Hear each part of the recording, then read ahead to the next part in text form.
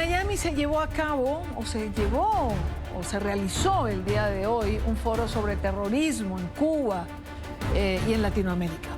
Este foro fue organizado por el Instituto Interamericano para la Democracia y la organización Prisoner Defenders. En este encuentro participaron representantes de organizaciones de la sociedad civil de Cuba, de Venezuela, de Nicaragua, Bolivia, entre otros. Un foro que comenzó con palabras sobre el teniente venezolano asesinado en Chile, Ronald Ojeda. Alessandra Martín tiene información. Alesa. Hola, ¿qué tal? Muy buenas tardes. Así es, justamente el foro comenzó dedicando este encuentro al exmilitar venezolano asesinado en Chile. Veamos el informe. Con la presencia de políticos, analistas y activistas de distintos países de América Latina, este martes tuvo lugar un foro para hablar de la delicada situación que vive la región por el terrorismo de Estado que, dijeron, se ha institucionalizado en países como Cuba o Venezuela.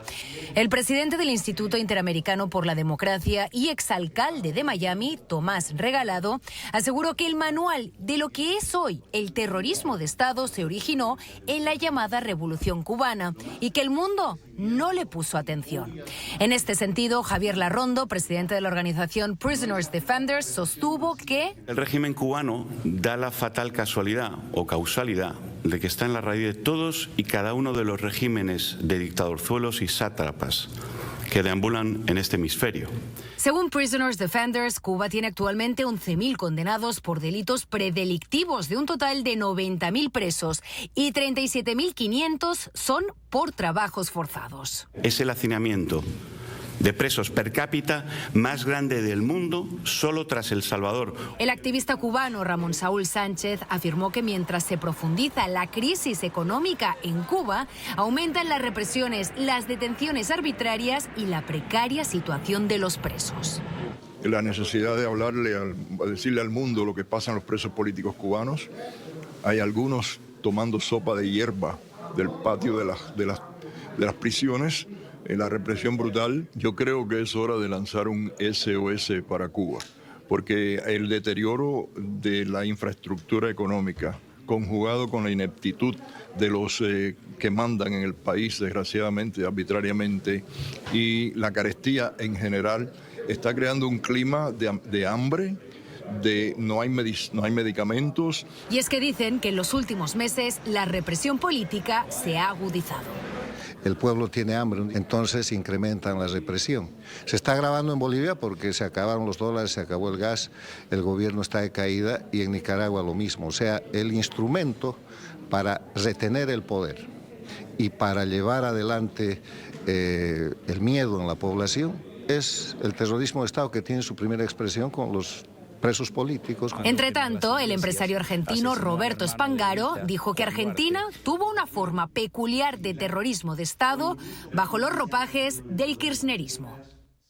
El exiliado boliviano Guido Áñez reivindicó que justamente Bolivia no existe para los organismos internacionales, ni siquiera, dijo, para la Organización de Estados Americanos, la OEA. Esto es todo de mi parte. Soy Alessandra Martín desde la ciudad de Coral Gables. Regreso con ustedes a los estudios. Gracias, Alessandra. Gracias por la información. Héctor Chamis nos acompaña la tarde de hoy. Héctor, bienvenido. Gracias por estar aquí. Gracias a vos, Daniel. Esto...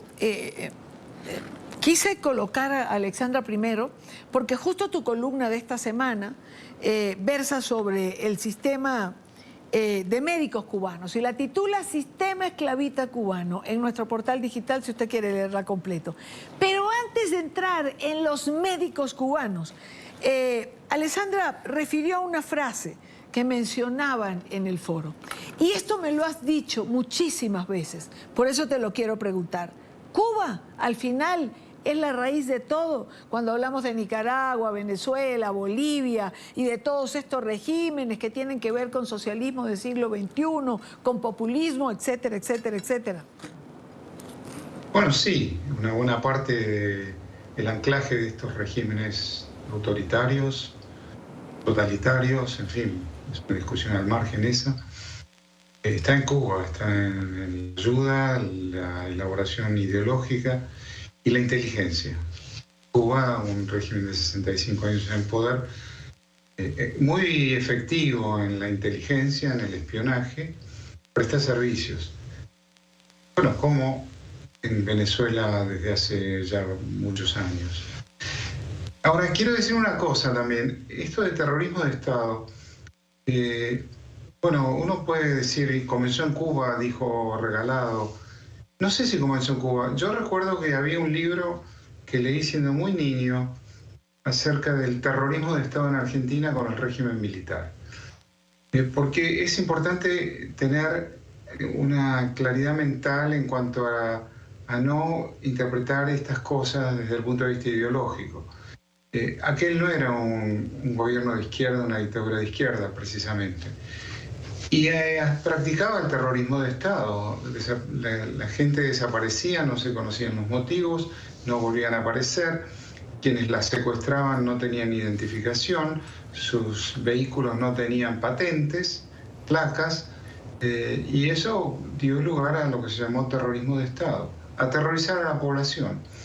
Que está bien, el Sánchez Berzaín ha instalado el término para estas dictaduras y buena parte de razón tiene en ese sentido.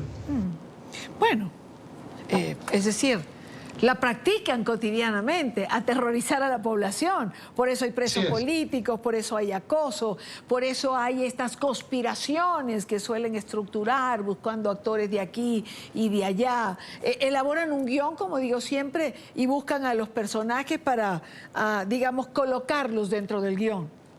Algo así. Algo así. No es el único mecanismo, pero es uno de los varios que se implementan para sostener a estos gobiernos en el poder. Así es, así es. Ahora, vayamos al sistema esclavista cubano, como tú mencionas en tu columna, refiriéndote a las misiones médicas que para ti, y leo textual de la columna, desnudan con demoledora contundencia la hipócrita narrativa de la dictadura. Tú señalas que en el discurso de las misiones cubanas son sobre excelencia en la medicina, sobre solidaridad de la revolución. Pero la realidad no es esta. ¿Qué hay detrás? Lo que hay detrás es hipocresía, lo que hay detrás es una dictadura que por todos los medios necesita recursos para sostenerse en el poder. La población está hambrienta en Cuba hoy. A propósito, este es un tema caro, cercano para mí. Javier Larrondo, a quien tuviste también, que estaba en esa conferencia, es amigo mío, y hubo una audiencia de la Comisión Interamericana de Derechos Humanos donde él presentó en nombre de Prisoners Defenders sobre este tema. Y efectivamente asistí, escuché y conversé un rato después con Javier, que se iba ya para Miami, y bueno, no es la primera vez que escribo sobre este tema, es un régimen esclavista, dadas las condiciones en las que viven los médicos, dada la separación con las familias. Digo allí que a efectos de garantizar el retorno no pueden ir con la familia, y si desertan de la misión, no pueden regresar a Cuba por 8 años. Entonces, ellos son rehenes en el destino, en el lugar de destino, y sus familias son rehenes en la isla. Ese es el régimen cubano. No hay tal solidaridad. Es curioso porque uso una terminología muy marxista, que es que el socialismo era para emancipar al proletariado. Y este régimen cubano en la revolución, y todavía hoy lo utiliza. Claro que en realidad utiliza ese lenguaje, pero esclaviza a sus médicos. Y es un sistema esclavista. Naciones Unidas lo caracterizó como tal. ¿Sabes que tuve la oportunidad de conversar con una profesional de la medicina de estas misiones que tuvo la oportunidad de fugarse, la dejó, y realmente el pago que reciben, es decir, un país, yo recuerdo, por ejemplo, que en relación a Venezuela se llegó a decir que el régimen pagaba a Cuba por cada médico cubano entre $3.000 y $4.000. Y a ellos se les paga en la moneda nacional y se les dice que con el pago que van a recibir van a poder cubrir todos sus gastos dentro del país y ayudar a la familia. Y nada más alejado de la realidad. Es decir, y además reciben entre 10 y 15% de lo que el régimen cubano factura por el servicio médico, por cada médico. Y que por supuesto es un salario infinitamente por debajo del salario medio de una misma labor, un mismo grado profesional en el país de destino. Exactamente. Bueno, pero sin embargo, ahí están.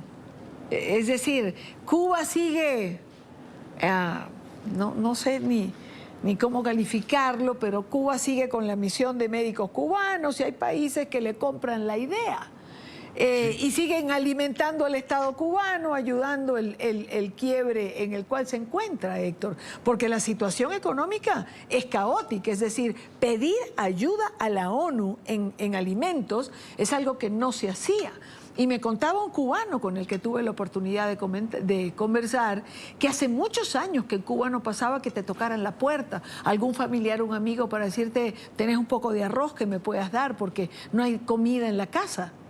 Así es, y bueno, estos recursos no sostienen al Estado, sostienen a la élite del Partido Comunista en el poder. Lamentablemente es así. Pasemos quien quiera tener el acceso completo a la columna de Héctor, por cierto, está en nuestra página web, en www.ntn24.com. Pasemos al tema del anuncio que hiciera hace un par de horas el Consejo Nacional Electoral en Venezuela, fijando la fecha de las elecciones para el 28 de julio. De alguna manera, intentando, para que no le vayan a decir que no cumple con el acuerdo de Barbados, que pidió que fuese en el segundo semestre. 28 de julio. No, pero en condiciones donde ellos determinan de manera arbitraria quién participa y quién no. Sigue pendiente la inhabilitación de María Corina Machado. Esto me da la sensación de que ya lo vimos, Idalia, lo vimos en 2018.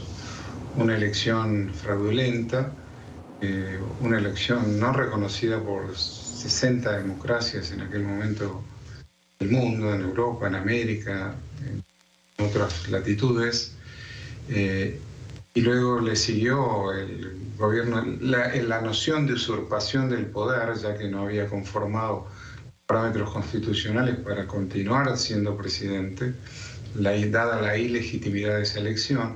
Luego la formación del gobierno interino, y no sé si nos vamos en esa dirección. Ahora, lo que sí es diferente en esta ocasión respecto a 2018, es que habiendo una elección en Estados Unidos, esto acapara toda la atención y bueno, quiero ver qué hace esta administración, el gobierno de Joe Biden, en esta situación donde nuevamente el régimen de Maduro se burla de Estados Unidos, de la Unión Europea, de los países latinoamericanos que han apoyado esta democratización.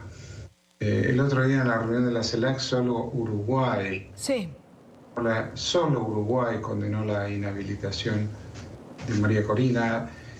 Hay un nuevo contexto político en la región también. Claro. En aquel momento el Grupo de Lima existía, eran 12, 15 países de la región que condenaron, desconocieron y virtualmente rompieron relaciones con Maduro.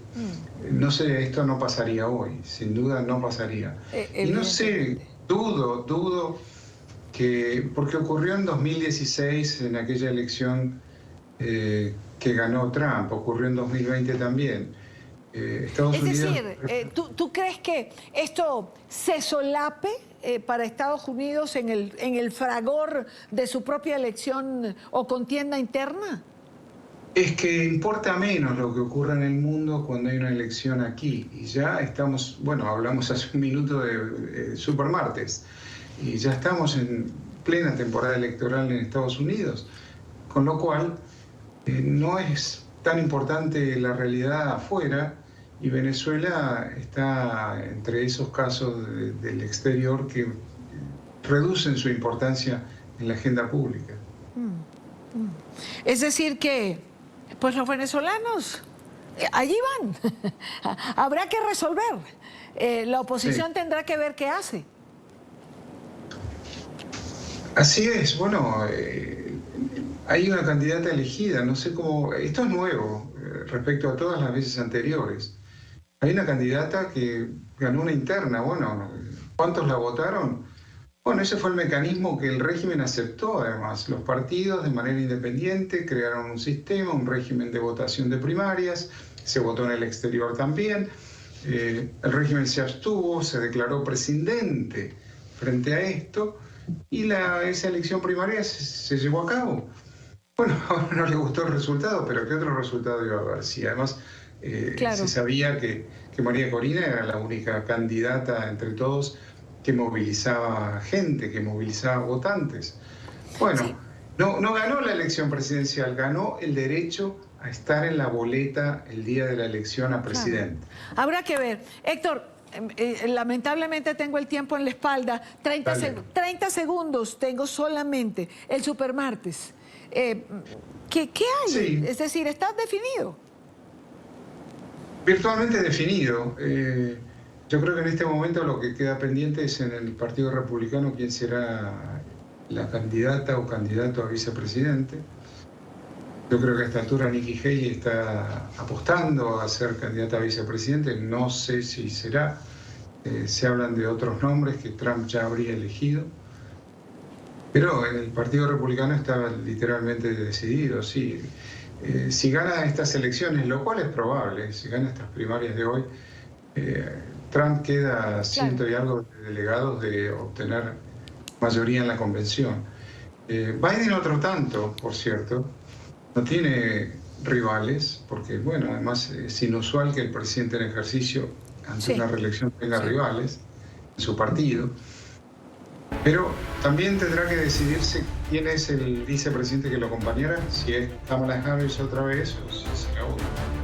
Pues veremos qué pasa. Héctor, gracias por acompañarme como siempre. A vos, Dani. Hasta la próxima.